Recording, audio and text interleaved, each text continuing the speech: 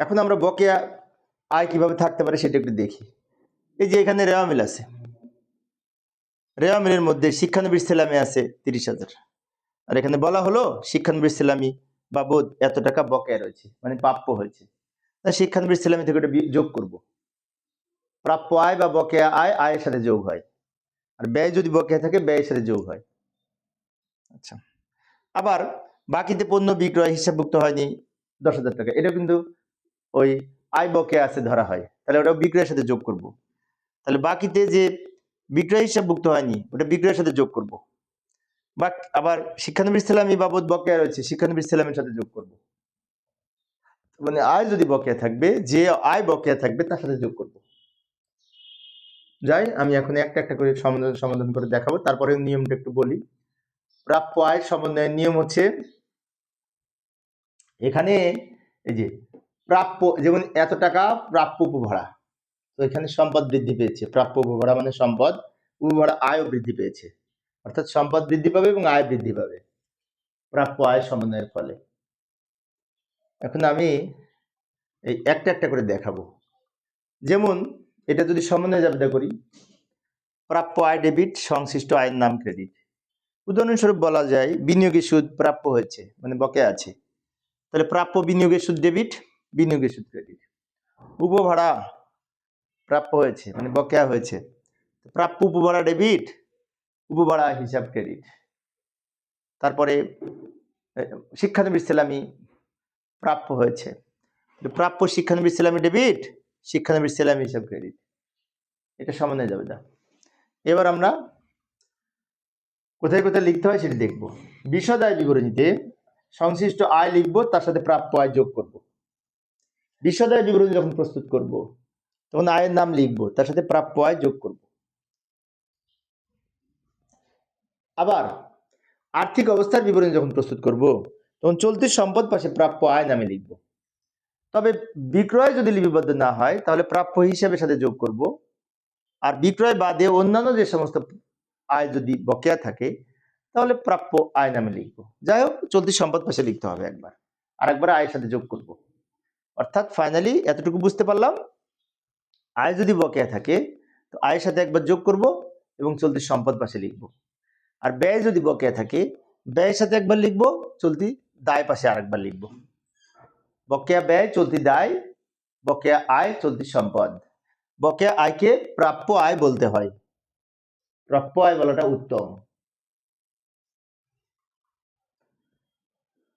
এইবার আমি 41 নাম্বার অঙ্কের সমাধান করাচ্ছি। এতক্ষণ নিয়ম আলোচনা করলাম, এখন আসল আলোচনায় আসলাম। একটি বিষয় বলছি, আবার ইতিপূর্বে বলেছি, আবারও বলছি, আমি না ওই 20টা করে সমন্বয়, ম্যাক্সিমাম 20টা একই নিয়মের আলোচনা করি বিভিন্ন ভাবে। হয়তো কোনো কোনো নিয়মের 20টা কভার করতে পারি না। যেমন বকেয়া ব্যয় নিয়ে আমি 20টা লেনদেন আলোচনা করেছি, সব বকেয়া ব্যয় ওখানে আছে প্রথম পর্বে। বকেয়া আয় নিয়ে, তারপর অগ্রিম ব্যয় নিয়ে আলোচনা করেছি দ্বিতীয় পর্বে। এখন তৃতীয় পর্বে আমি বকেয়া আয় নিয়ে আলোচনা করব, যেটা 41 নাম্বার থেকে শুরু হয়েছে। তার পূর্বের ক্লাসগুলি যদি তুমি দেখো সব সমন্বয়ের সমাধান করতে পারবে ইনশাআল্লাহ। ভালো করে লক্ষ্য করি, রেওয়া মিলে বলা আছে বিক্রয় 90,000, প্রাপ্য হিসাব 20,000, এই দুটো দেওয়া আছে। আর সমন্বয়ে বলা আছে বাকিতে বিক্রয় 5,000 টাকা, হিসাবভুক্ত হয়নি। কিভাবে করব, তাই না? তাহলে এইটা আমরা এইভাবে করব যে বিশদায় বিবরণীতে প্রথমে বিক্রয় লিখব, বিক্রয়ের সাথে ধারে বিক্রয় যোগ করব, অলিখিত বিক্রয় যোগ করব, এই 5,000 যোগ করে লিখব। এবং এই যে অলিখিত বিক্রয়, এর ফলে দেনাদার বাড়বে। এই প্রাপ্য হিসাবটা আমরা চলতি সম্পদ পাশে লিখব, সেই সম্পদ পাশে প্রাপ্য হিসাব এইটা লিখব যেটি প্রশ্ন দেওয়া আছে, তার সাথে বাকিতে বিক্রয়, অলিখিত বিক্রয় যোগ করব। ভালো করে লক্ষ্য করি কিভাবে করলাম। বাকিতে পণ্য বিক্রয় হিসাবভুক্ত হয়নি, সেটা বিক্রয়ের সাথে যোগ করব। বিক্রয় হিসাবভুক্ত হয়নি, এখন করে দিলাম। আর আরেকবার প্রাপ্য হিসাবের সাথে যোগ করব। এটার সমন্বয় যাবে হচ্ছে প্রাপ্য হিসাব ডেবিট, বিক্রয় হিসাব ক্রেডিট। প্রাপ্য হিসাব সম্পদ বৃদ্ধি পেলে ডেবিট, তাই যোগ করেছি। বিক্রয় হিসাব আয় বৃদ্ধি পেলে ক্রেডিট, তাই যোগ করেছি। বিক্রয়ের সাথে যোগ, প্রাপ্য হিসাবের সাথে যোগ, বিষয়টি মনে রাখবো।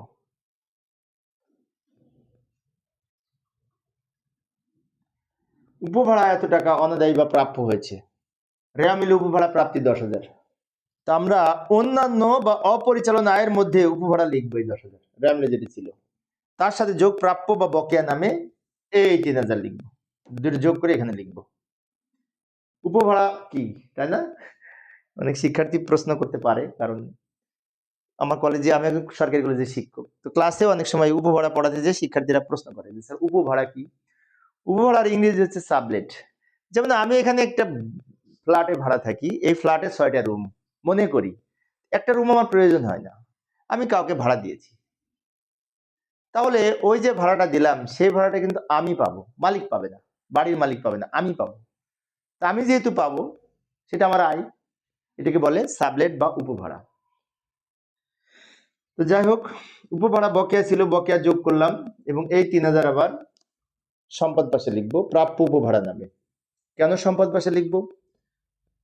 প্রাপ্য উপভাড়া বকেয়া ব্যয়, বকেয়া ব্যয় সম্পদ, সম্পদ পাশে লিখেছি। একটা রেওয়া মিল আছে এখানে, প্রাপ্ত কমিশন দেওয়া আছে 8,000, সমন্বয়ে বলা আছে কমিশন অর্জিত হয়েছে কিন্তু পাওয়া যায়নি, এটার আরেক নাম প্রাপ্য কমিশন 4,000, এর আরেক নাম অনাদায়ী কমিশন 4,000। এই সমন্বয়টা 3 ভাবে আসতে পারে, থাকতে পারে কমিশন অর্জিত হয়েছে কিন্তু এখনো পাওয়া যায়নি, তার মানে আয় বকেয়া রয়েছে। এটা আরো অন্যভাবে থাকতে পারে প্রাপ্য কমিশন 4,000, একই সেম কথা। অথবা অন্যভাবে থাকতে পারে অনাদায়ী কমিশন 4,000। এগুলো কিন্তু মনে রাখবো, 3 ভাবে আসতে পারে। তো এটার সমাধান কি করব? প্রথমে প্রাপ্ত কমিশন যেটা আছে, এটা কিন্তু এই কমিশন আয় নামে লিখবো বিশদায় বিবরণীতে, অন্যান্য আয়ের মধ্যে, তার সাথে যোগ প্রাপ্য কমিশন বা বকেয়া কমিশন নামে এই 4,000 লিখবো, যোগ করে 12,000 হলো। অর্থাৎ প্রাপ্য কমিশন মানে বকেয়া কমিশন, কমিশনের সাথে যোগ হবে, এই কমিশন আয়, আয়ের সাথে যোগ হবে, এবং আয় যেহেতু বকেয়া আছে, তো চলতি সম্পদ পাশে প্রাপ্য কমিশন নামে এই 4,000 লিখবো। এখানে কিন্তু টাকা 3টা, 8,000, 4,000 আর 12,000। প্রশ্ন হচ্ছে সম্পদ পাশে কোনটা লিখবো। সম্পদ পাশে লিখবো এইখানে যেটি যোগ করব সেটা ওইখানে লিখবো, কারণ এই 4,000 টাকা সমন্বয়, সমন্বয় 2 জায়গায় বসে, তো একবার এখানে যোগ করলাম আর একবার ওইখানে লিখলাম, 2 জায়গায় চলে গেল। কিছু কিছু সমন্বয় 4 জায়গায়ও বসে, এই ধরনের আইটেম পরে তোমাদের একদিন আমি করাবো, কোনগুলি 4 জায়গায় বসে।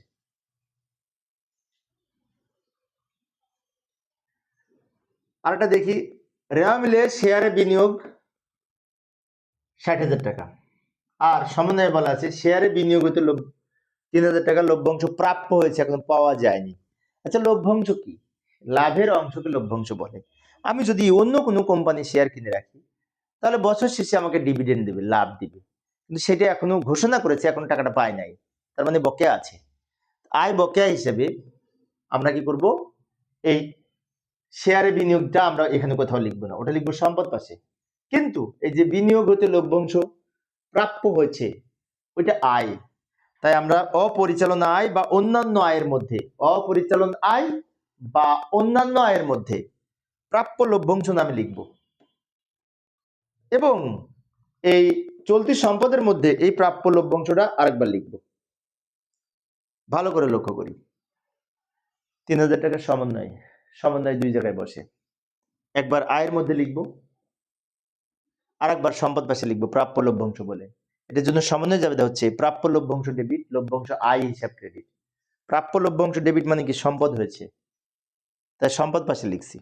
এখন অনেক শিক্ষার্থীর মনে হতে পারে এই 60,000 টাকা কোথাও লিখবো না। হ্যাঁ, ওই 60,000 টাকা লিখবো আর্থিক অবস্থার বিবরণীর বিনিয়োগের মধ্যে। সম্পদ বিভিন্ন নামে থাকে না, স্থায়ী সম্পদ, বিনিয়োগ, চলতি সম্পদ, বিনিয়োগ অংশ যেখানে লিখবো সেইখানে এই 60,000 টাকা লিখবো। আমি এখন জায়গা কম বলে দেখাই নাই, কিন্তু বলে দিলাম।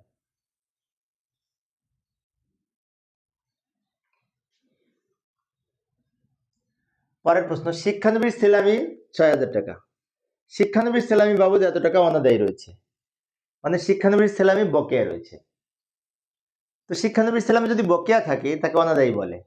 এই শিক্ষানবিশ সেলামি যেটা দেওয়া আছে তার সাথে বকেয়াটা যোগ করব। প্রথমে লিখব ও শিক্ষানবিশ সেলামি 6,000 টাকা যোগ বকেয়া 1,000 টাকা, যোগ করে 7,000 টাকা হলো। আবার এই 1,000 টাকা আমরা কি করব, চলতি সম্পদ পাশে লিখবো প্রাপ্য শিক্ষানবিশ সেলামি বলে। ভালো করে লক্ষ্য করি, প্রাপ্য যে শিক্ষানবিশ ছেলেমেয়ে যেটা বকেয়া আছে সেটা শিক্ষানবিশ ছেলেমেয়ে থেকে একবার যোগ করব আয় পাশে। কোন আয়ের মধ্যে? অপরিচালনা আয় বা অন্যান্য আয়ের মধ্যে যোগ করব, এবং বকেয়া আয় সম্পদ, তাই প্রাপ্য শিক্ষানবিশ ছেলেমেয়ের নামে চলতি সম্পদ পাশে লিখব।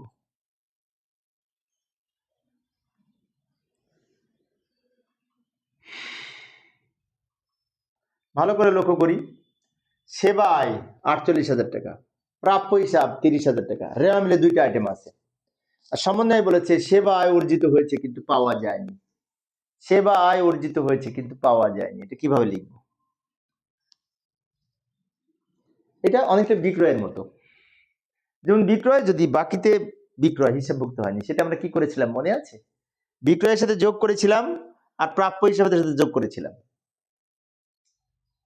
আর 41 নাম্বার সম্ভবত, 41 নাম্বারে, এটা তো কত নাম্বার চলে, 46 না 41 নাম্বারে আমরা কি করেছিলাম, বাকিতে বিক্রয় হিসাবভুক্ত হয়নি ওটা বিক্রয়ের সাথে যোগ করি আর প্রাপ্য হিসাবের সাথে যোগ করি। আর বাকিতে সেবা আয় যদি হিসাবভুক্ত না হয় তাহলে সেবা আয়ের সাথে যোগ করব আর প্রাপ্য হিসাবের সাথে যোগ করব। কারণ সেবা এটা কিন্তু এক ধরনের বিক্রয়ের মতো, মানে সেবা বিক্রি করে যে টাকা পায় সেটাকে সেবা আয় বলে, সেবার বিনিময়ে যে টাকা পায়, তাই না? এটা তো বিক্রয়ের মতোই। যাই হোক, আমরা প্রথমে সেবা আয় লিখবো 48,000 টাকা, রেওয়া যেটা দেওয়া ছিল, তার সাথে এই যে পাওয়া যায়নি মানে কি বকেয়া আছে, যোগ বকেয়া বা প্রাপ্য নামে 4,000 টাকা লিখবো, এটা যোগ করে 52,000 টাকা, এবং এই যে 4,000 টাকা আবার চলতি সম্পদ পাশে লিখবো, প্রাপ্য হিসাব টাকা লিখে নিব 30,000, এর সাথে যোগ করব, যোগ প্রাপ্য সেবা আয় 4,000, মোট 34,000। আরেকবার বলছি, লক্ষ্য করি, রেওয়া মিলে সেবা আয় আয় পাশে লিখেছি আর বিশদায় বিবরণীতে, রেওয়া মিলের প্রাপ্য হিসাব সম্পদ পাশে লিখেছি, রেওয়া মিলের আইটেম একবার করে চলে গেছে। আর সমন্বয়ের যে 4,000 টাকা ওইটা একবার সেবা আয়ের সাথে আয় বিবরণীতে যোগ করেছি, আর একবার প্রাপ্য হিসাবের সাথে যোগ করেছি।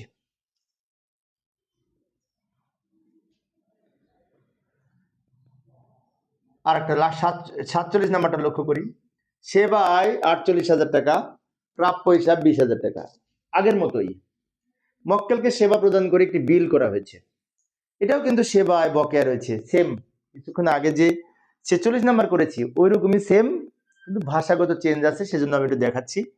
এখানে মক্কেলকে সেবা প্রদান করা হয়েছে করে বিল করা হয়েছে, মানে কি এখনো টাকা পায় নাই, বিল করেছি, টাকা পায় নাই, যেহেতু টাকা পায় নাই তার মানে কি আয় বকেয়া আছে। এখানেও কিভাবে লিখবো, প্রথমে সেবা আয় লিখবো 48,000 টাকা, তার সাথে যোগ প্রাপ্য সেবা 4,000 টাকা, এখনো পায়নি, টাকাটা বকেয়া আছে। আবার এই যে প্রাপ্য হিসাব 20,000 টাকা লিখবো, একটু দ্রুত দেখাচ্ছি সময় সেভ করার জন্য, এর সাথে যোগ প্রাপ্য বকেয়াটা যোগ করব, যোগ করে লিখবো। ভালো করে লক্ষ্য করি, রেওয়া মিলের প্রাপ্য সেবায় এখানে লিখেছি, রেওয়া মিলের প্রাপ্য হিসাব এখানে লিখেছি, সমন্বয় যেটা ছিল 4,000 টাকা দুইবার লিখেছি, এর সাথেও যোগ এর সাথেও যোগ। আশা করি এখন পারবে। প্রিয় শিক্ষার্থী বন্ধুরা, 47 নাম্বার চলে। তো আমি আজকে এই বকেয়া আয় সংক্রান্ত সব সমন্বয়ের সমাধান করাচ্ছি। আমি অবশ্য একই জাতীয় সমন্বয়ের সমাধান এক ভিডিওতে আলোচনা করার চেষ্টা করি। আমি একজন সরকারি কলেজের শিক্ষক, আজকে ছুটির দিন শুক্রবার, সেজন্য কিছু শিক্ষার্থীদের অনুরোধে আমি ক্লাসটা করাচ্ছি। তো পূর্বে আমি আরো 3টা ক্লাস নিয়েছি, একটা ক্লাসে বকেয়া ব্যয় 20টা সমন্বয়ের সমাধান করে দেখিয়েছি। সে 20টা সমন্বয় যদি কেউ পারে, বকেয়া ব্যয় যেখান থেকে আসুক সে প্রশ্নের উত্তর দিতে পারবে। 2 নম্বর ক্লাসে 21 থেকে শুরু করে 40 নাম্বার পর্যন্ত যে সিরিয়াল নাম্বার, ওইখানে আমি অগ্রিম ব্যয় সমন্বয়ের সমাধান করে দেখিয়েছি। ওটা যে ভালো করে শিখতে পারবে, যে কোনো অগ্রিম পারবে। আর আজকে আমি দেখাচ্ছি বকেয়া ব্যয় বা বকেয়া আয় বা প্রাপ্য আয় কিভাবে লিখতে হবে। বকেয়া বিনিয়োগের সুদ, বাকিতে বিক্রয়, বাকিতে সেবা আয়, যত বকেয়া আয় আছে সমজাতীয়, আজকে হয়তো 20টার কাছাকাছি আলোচনা করবো। এটা আমার 47 নাম্বার চলে, ক্লাসটা একটু লম্বা হবে, দেখলে তোমাদের অনেক উপকার হবে। বিনিয়োগের সুদ রেওয়া মিলে দেওয়া আছে 2,000, আর বিনিয়োগের সুদ এখানে 20 সালের অঙ্ক, এখানেও 20 সাল, 1 মানে কি পূর্ণ বছরের সুদ হবে। 60,000 টাকার উপরে 10% হিসাব করে 6,000, এখানে দেওয়া আছে 2,000, তার মানে 4000 বকেয়া আছে। লিখবো কিভাবে? রেওয়া মিলে যেটি দেওয়া আছে এটা আগে লিখবো বিনিয়োগের সুদ বলে, তারপর যোগ বকেয়া। বকেয়া কত হবে? পার্সেন্টেজ কেটে হচ্ছে 6000, তার মোট হবে 6000, পাইছি 2000, আরো বাকি আছে 4000, 4000 যোগ করব। আবার বলছি, রেওয়া মিলে বিনিয়োগের সুদ ছিল 4000, 2000 লিখলাম, পার্সেন্টেজ কেটে দেখলাম হচ্ছে 6000, তা পাইছি 2000, আরো 4000 বকেয়া, সেই 4000 বকেয়া বলে যোগ করব। এবার আসি সম্পদ পাশে কিভাবে লিখব।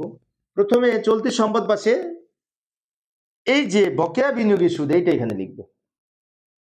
এখন অনেক শিক্ষার্থীর মনে হতে পারে এই যে বিনিয়োগ 60,000 এটা লিখবো না? হ্যাঁ, ওটাও লিখতে হবে, তো আমি জায়গার অভাবে এখানে লিখি নাই। আমরা যে আর্থিক অবস্থার বিবরণীর সম্পদ পাশে ভাগ ভাগ করে লিখি না, তো বিনিয়োগ নামে একটা অংশ লিখি, সেইখানে এই বিনিয়োগের পরিমাণ 60,000 টাকা লিখবো। কিন্তু বিনিয়োগের সুদ পার্সেন্টেজ কেটে যেটা হলো রেওয়া মিলে যেটা দেওয়া আছে সেটা একবার লিখেছি, বাট হিসেব করে দেখলাম আরো 4000 বাকি আছে, ওই 4000 কিন্তু সমান নাই,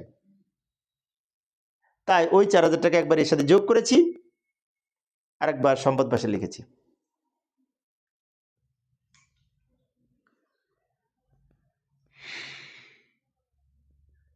এই সঞ্চয়পত্র, আচ্ছা সঞ্চয়পত্রটা কিন্তু এক ধরনের বিনিয়োগ, তো সঞ্চয়পত্রের সুদ বিনিয়োগের সুদ একই ট্রিটমেন্ট, তো অনুরূপ ভাবে লিখবো সঞ্চয়পত্রের সুদ নামে 4000 টাকা লিখবো আয় পাশে। আচ্ছা, আয় পাশে কিন্তু বিশদায় বিবরণীতে অন্যান্য আয়ের মধ্যে পড়বে, অন্যান্য আয়ের আরেক নাম অপরিচালন আয়।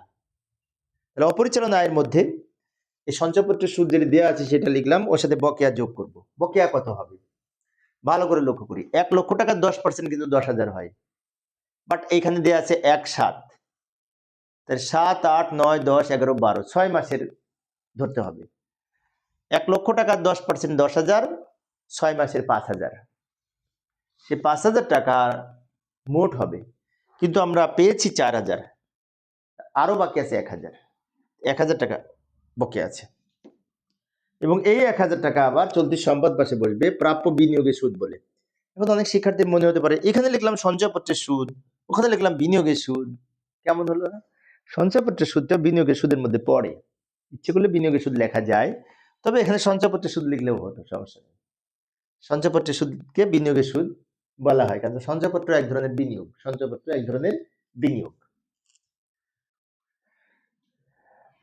বিনিয়োগের সুদ প্রাপ্য হয়েছে, হ্যাঁ ভালো করে লক্ষ্য করি, বিনিয়োগ 10% কেটে হয় 6,000, কিন্তু সমন্বয়ে বলা আছে বিনিয়োগের সুদ প্রাপ্য হয়েছে 3,000, তার মানে কি ওই পার্সেন্টেজের আর কোনো দাম নেই, এই 3,000 নিয়ে আমাদের কাজ করতে হবে। কোনো জায়গায় যদি পার্সেন্টেজও দেয়া থাকে, আবার সমন্বয়ে বিনিয়োগের প্রাপ্য সুদের পরিমাণ বকেয়াও দেয়া থাকে, পরিমাণ দেয়া থাকে, যেমন এখানে 3,000 দেয়া আছে, তাহলে ওই 6% কোনো মূল্য নাই, এই 3,000 নিয়ে কাজ করব। কিভাবে কাজ করব? প্রাপ্য বিনিয়োগের সুদ নামে বা বিনিয়োগের সুদ নামে এখানে একবার লিখবো, আর একবার চলতি সম্পদ পাশে লিখবো প্রাপ্য বিনিয়োগের সুদ বলে।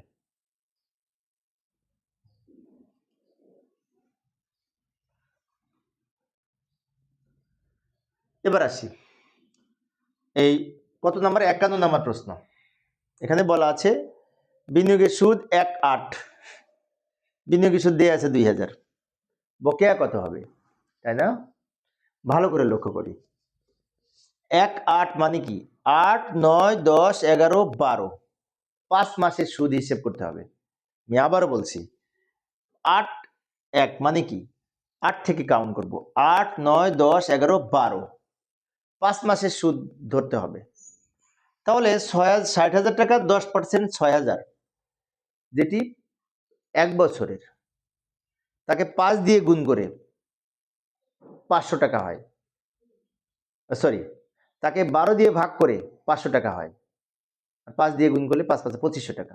আমি আবারও বলছি 60,000 টাকার 10% কেটে 5 মাসে যদি হিসেব করি ক্যালকুলেটরের মাধ্যমে, তাহলে 60,000 কে 10% কেটে যা হয় তাকে 5 দিয়ে গুণ 12 দিয়ে ভাগ, 2500 হবে।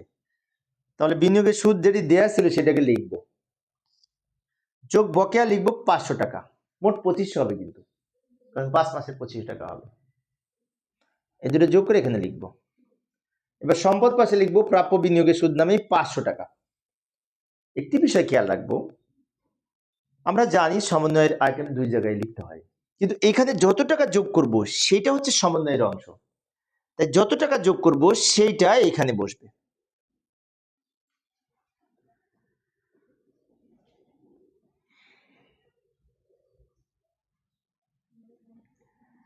%10 সঞ্চয়পত্র 1 লক্ষ টাকা, সঞ্চয়পত্রের সুদ 4000 টাকা। কিভাবে সমাধান করব? এটা কিন্তু 1 7, তাহলে 7 8 9 10 11 12 6 মাসে সুদ হবে। অনেকে কিন্তু এইভাবে হিসাব করবে, 7 দেখলে 6 মাস। কিন্তু একটা কথা আছে, এখানে একটা প্যাচ আছে, ছোট্ট সূক্ষ্ম প্যাচ। সেটা হচ্ছে এখানে দেয়া আছে 20 সাল আর এখানে দেয়া আছে 19 সাল। এখানে 20 এখানে 19, তার মানে কি 1 বছর আগের। আর আগের যদি কোনো সাল থাকে তাহলে সরাসরি এটার উপরে 10% কেটে যেতে হবে, সেটাই হবে, মানে 1 বছরের হবে। আবারও বলছি, আমরা যে সালের অঙ্ক করছি সেই সালের পূর্বের যদি কোনো সাল দেয়া থাকে তাহলে 1 7 থাক আর 1 5 থাক, যাই থাক না কেন, ওটা পূর্ণ বছরের সুদ কাউন্ট করতে হবে। খেয়াল রাখবো বিষয়টা। তাহলে 1 লক্ষ টাকার 10% হচ্ছে 10,000 টাকা, দেয়া আছে 4000, তার মানে 6000 টাকা বাকি। লিখবো কিভাবে? প্রথমে লিখবো সঞ্চয়পত্রের সুদ 4000 টাকা, যেটি প্রশ্ন রেওয়ামিলে দেয়া আছে, যোগ বকেয়া বা প্রাপ্য সুদ। ওই যে এটির উপর পার্সেন্টেজ কেটে 10,000 হয়, এখানে দেয়া আছে 4000, তাহলে আরো 6000 বকেয়া আছে, এটা যোগ করে এখানে লিখবো 10,000 টাকা মোট। পার্সেন্টেজ কেটে যেটা হবে সেটা মোট হবে 10,000, তাহলে আছে 4000, আরো কত দিতে হবে? 6000।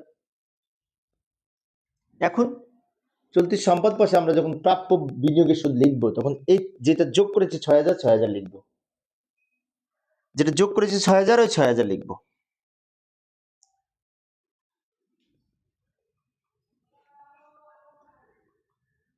এখানে লক্ষ্য করি ব্যাংক জমার পরিমাণ কত? 40,000 টাকা। আর সমন্বয়ে বলা আছে, এখানে সমন্বয়টা মনে হয় এই যে সমন্বয়ে বলা আছে ব্যাংক জমার সুদ হিসাবভুক্ত হয়নি 2000 টাকা। লিখবো কিভাবে? তাহলে ব্যাংক জমার সুদ যে হিসাবভুক্ত হয়নি সেটা একবার আমরা অপরিচালন আয়ের মধ্যে ব্যাংক জমার সুদ বলে লিখবো, আর একবার ব্যাংক জমার সাথে যোগ করব। ভালো করে লক্ষ্য করি কোথায় কোথায় লিখবো। রেওয়া মিলে ব্যাংক জমার উদ্বৃত্ত ছিল 40,000, সেটা সম্পদ পাশে বসবে, চলতি সম্পদ পাশে, তার সাথে যোগ করব যে সুদ প্রাপ্য হয়েছে, বকেয়া সুদ যোগ হয়, এবং ওইটা আবার যেহেতু আয়, অন্যান্য আয়ের মধ্যে লিখবো। এখন অনেক শিক্ষার্থী আমাকে প্রশ্ন করতে পারে যে অন্যান্য আয়ের মধ্যে কোনগুলি লিখবো, তাই না? আচ্ছা, অন্যান্য আয়ের মধ্যে আমরা লিখবো বিনিয়োগের সুদ, সঞ্চয়পত্রের সুদ, শিক্ষানবিশ সেলামি, উপভাড়া, বাট্টা প্রাপ্ত, কমিশন প্রাপ্ত, ব্যাংক জমার সুদ, এগুলি প্রাপ্ত লভ্যাংশ, এগুলি অন্যান্য আয়।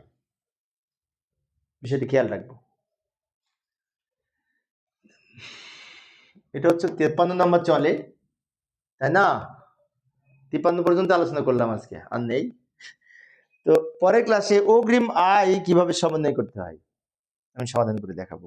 যেমন শিক্ষানবিশ সেলামি অগ্রিম থাকে, অনুপার্জিত সেবায় যা অগ্রিম নামে থাকে, তাই না? তো এগুলি কিভাবে সমাধান করতে আজকে দেখাবো। আজকে মূলত সব বকেয়া ব্যয় বা বকেয়া আয় দেখিয়েছি।